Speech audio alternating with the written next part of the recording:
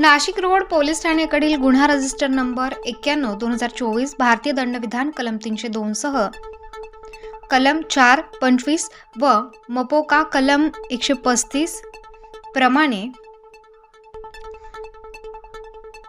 18 February रोजी गुन्हा दाखल आहे। सदर गुन्ह्यातील पाहिजे आरोपितांचा शोध घेण्याबाबत प्रशांत बच्छाव पोलीस उपआयुक्त गुन्हे शाखा डॉक्टर सीताराम कोल्हे सहाय्यक पोलीस आयुक्त गुन्हे शाखा नाशिक शहर यांनी गुन्हे शाखा युनिट 1 यांना मार्गदर्शन केले होते। त्या अनुषंगाने गुन्हे शाखा युनिट 1 चे पोलीस अधिकारी व अंमलदार आरोपितांचा शोध घेत असताना पोलीस हवालदार विशाल काठे यांना गुप्त माहितीदारामार्फत माहिती मिळाली की सदर गुन्ह्यातील आरोपी प्रफुल्ल पाटील हा दारणा सांगवी तालुका निफाड येथे फिरत आहे।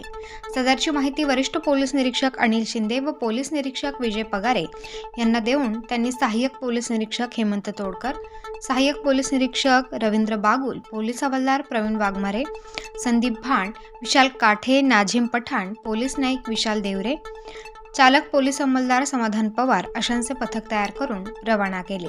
सदर पथकाने मिळालेल्या बातमीवरून प्रफुल्ल उर्फ सोनू विजय पाटील वय वर्ष 21 राहणार अश्विनी कॉलनी नाशिक या सापळा लावून दारणा सांगवी तालुका निफाड जिल्हा नाशिक येथे पकडून ताब्यात घेतले व त्यास गुन्ह्याच्या अनुषंगाने विचारपूस केली असता त्याने गुन्ह्याची कबुली दिली आहे। सदर आरोपितास पुढील कारवाई कामी नाशिक रोड पोलीस स्टेशनच्या ताब्यात देण्यात आले आहे। पुढील तपास पोलीस करत आहेत। प्रतिनिधी मोहसिन पठाण, स्टार न्यूज नाशिक।